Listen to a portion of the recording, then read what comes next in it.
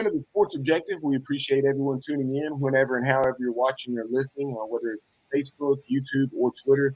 And remember, our show can be found pretty much anywhere podcasts are found, including but not limited to Google Podcasts, Apple Podcasts, TuneIn Radio, SoundCloud, and Spotify. We're just over 3 weeks away from the start of the Division I college baseball season. And right now on our NCD1 baseball preview, we're very excited to be joined by the head coach of the Charlotte 49ers, Robert Woodard. Coach, welcome back. Thanks, Bo. It's great to be here. Appreciate you taking the time out to talk Charlotte baseball.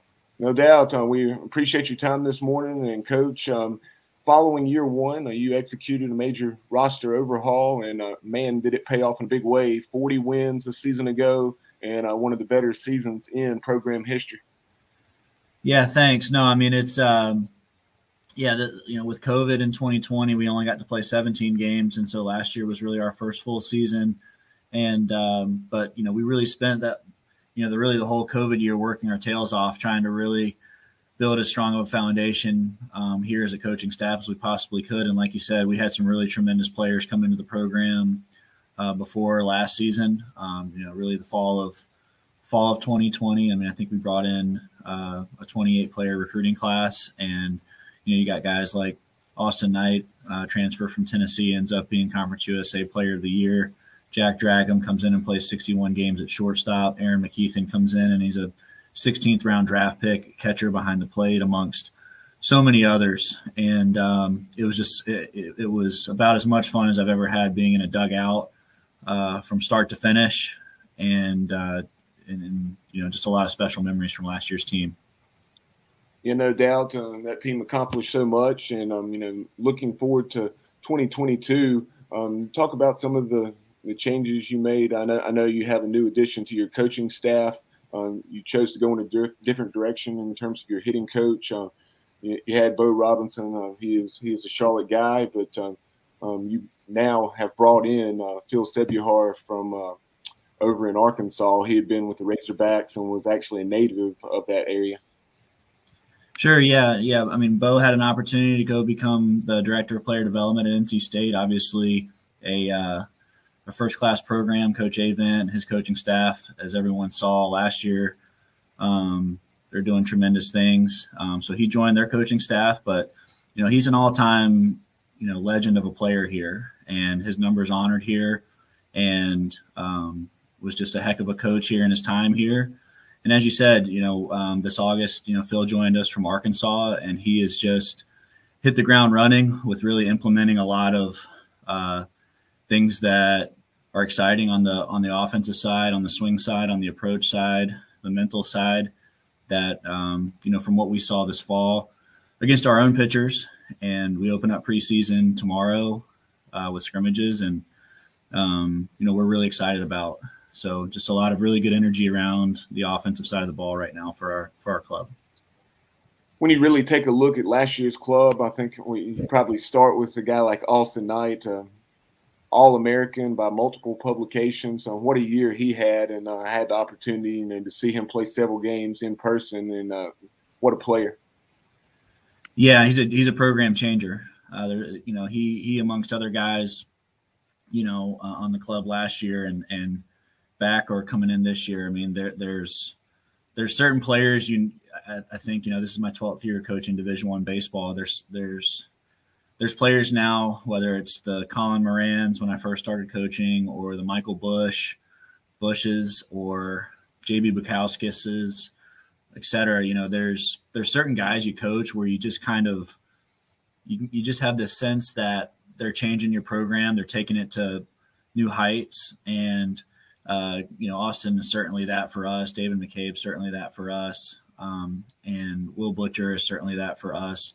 So, and there's so many other guys, honestly, that it's just as a coach, I just try to relish it and enjoy it every single day at practice, every day in the weight room, every time we're in the dugout together, because as we all know as coaches, I mean, you only get so much time, with those guys, and you just try to make the most of it. So you referenced some of those other guys that played a significant role on the 2021 club. If you would, very quickly, take us around the horn. Start with the infielders and tell us how things are looking going into preseason practice. Yeah, as far as heading into this year, we've got some familiar faces, as I mentioned. David Mccabe, he played 37 games last year and hit 14 home runs, and so he's stronger, he's healthier. Plate discipline, we feel like has gotten to another level. He's a year older. I think he and Austin Knight are two of the best players in the country. Austin was a Golden Spike semifinalist, and I think if Dave had played, hadn't gotten dinged up, which you can't really control, I think he would have been, in the running for being a Golden Spike semifinalist, if not even a finalist. So, those two guys, I think you'll see both of those guys at third base in some capacity this year.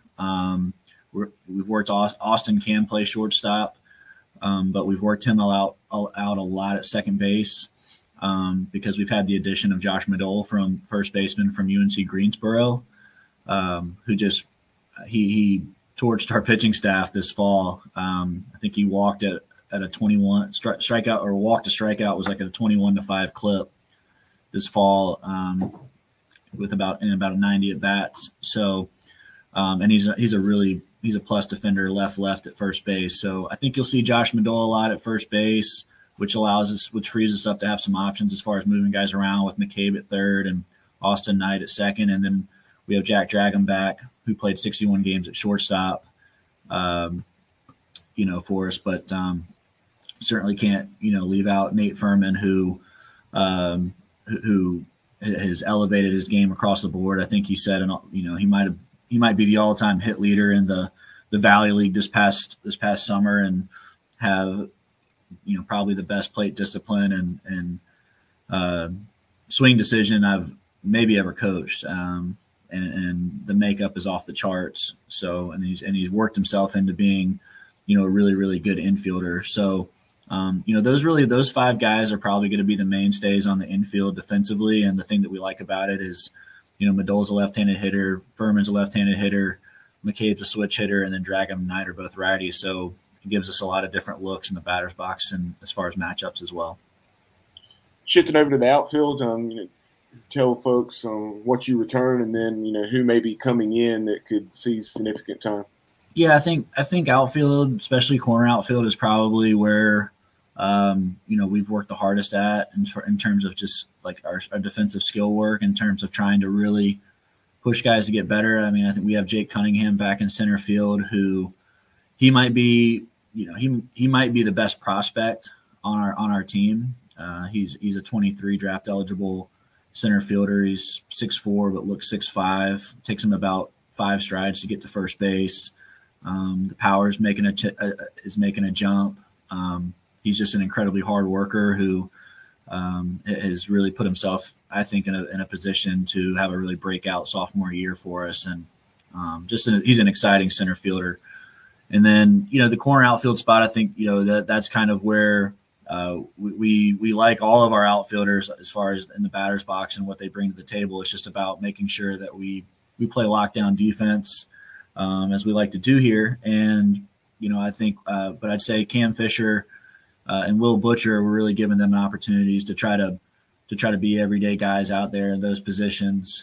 Both of those guys have the ability to hit for significant power, and they're tireless workers in terms of becoming really good corner outfielders. But Hunter Baker and Blake Jackson as well. I mean, they're right there, and both of those guys are left-handed hitters who can hit the ball out of the yard, and they might cover a little bit more ground and be a little bit more polished out there in the outfield. So our outfield group is really versatile. It kind of is just going to hinge upon whether we want to be more offensive or defensive with our approach. Moving over to your pitching staff, tell us about the weekend rotation. Obviously, you got 3 weeks before you play, so things can change. But as of right now, on here in the last few days of January, how are things looking? Yeah, I mean, we've gone through about 3 weeks of almost 3 weeks of skill work here in a full fall. So, I told our pitching staff this. I mean, my sophomore year of college, I didn't have a role. I wasn't a closer. I wasn't a starter, and I ended up by the end of my sophomore year of college being pitching on Friday against Georgia Tech on the weekend. So, everybody, there's nothing set in stone. We're just getting in the thick of the competition as far as the scrimmage and full team practice segment goes. But as far as what we've seen so far, I think guys like Cam Hansen, Chat State transfer, right-handed pitchers, about 6'4", 235, 240, can really pitch. There's a lot of polish there. We're excited about him. We have a left-handed pitcher returning in Spencer Geesting, who again, he's pitched in Cape Cod this past summer for the Harwich Mariners, pitched a ton for us on weekends last year, and is up to 94 with really good off speed, and might be our best athlete on the pitching staff. So Spencer is certainly going to be a huge part of our pitching staff. Quentin Martinez is a 6'4" left-handed pitcher from Appalachian State that we're really excited about as well. He's been up to 94.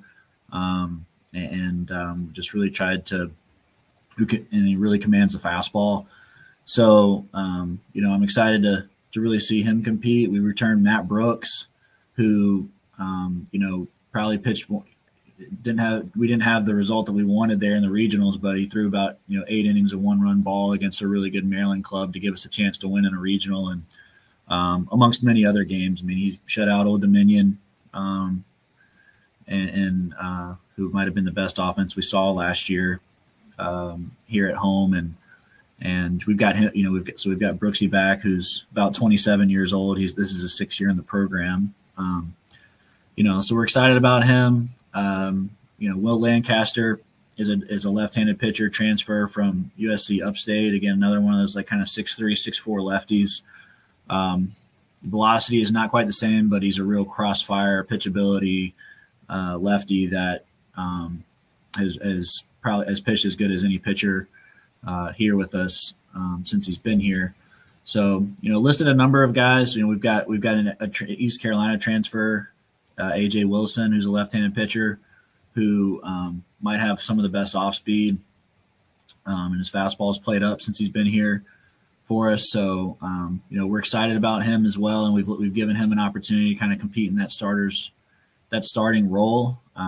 But again, I'm sure there's 3 or 4 guys that I haven't even mentioned that are going to compete this entire preseason and have real shots at starting on the weekend. And overall, as far as the depth of your staff, how do you feel about your bullpen, and how many proven arms do you have going into the season? Yeah, I feel great about this pitching staff. The thing that we really tried to emphasize as far as in this 2021 recruiting class that we brought in I think 26 players, and I think we brought in 15 new pitchers. So we really tried to put an emphasis on transfers and junior college players that we felt like had a little bit more upside on the pitchability with enough stuff. So last year we set as a program, we set the all-time strikeout record in Charlotte baseball history, I think, with 557 strikeouts, which I think was the previous record had been set in 1999 with just under 500. So we like our ability to put guys away, but I think for us, we really try to emphasize developing and recruiting pitchability to the best of our ability since last summer. And we really like the returns that we've seen just in the fall and early here in the preseason. So as far as bullpen goes, we've got 29-year-old Colby Bruce, who's in his 6th year. He's not actually 29, but he's been in his 6th year, and I think a lot of people have kind of forgotten about him. But when we got here, he was our best pitcher, and he was preseason All-American relief pitcher for us on the 2020 team that got cut short. And then during COVID, while he was training, he ran into an elbow issue in Tommy John, and he rehabbed all of last year. So, a lot of people, kind of forgot the fact that we did what we did last year with without our best pitcher, and we've got him back.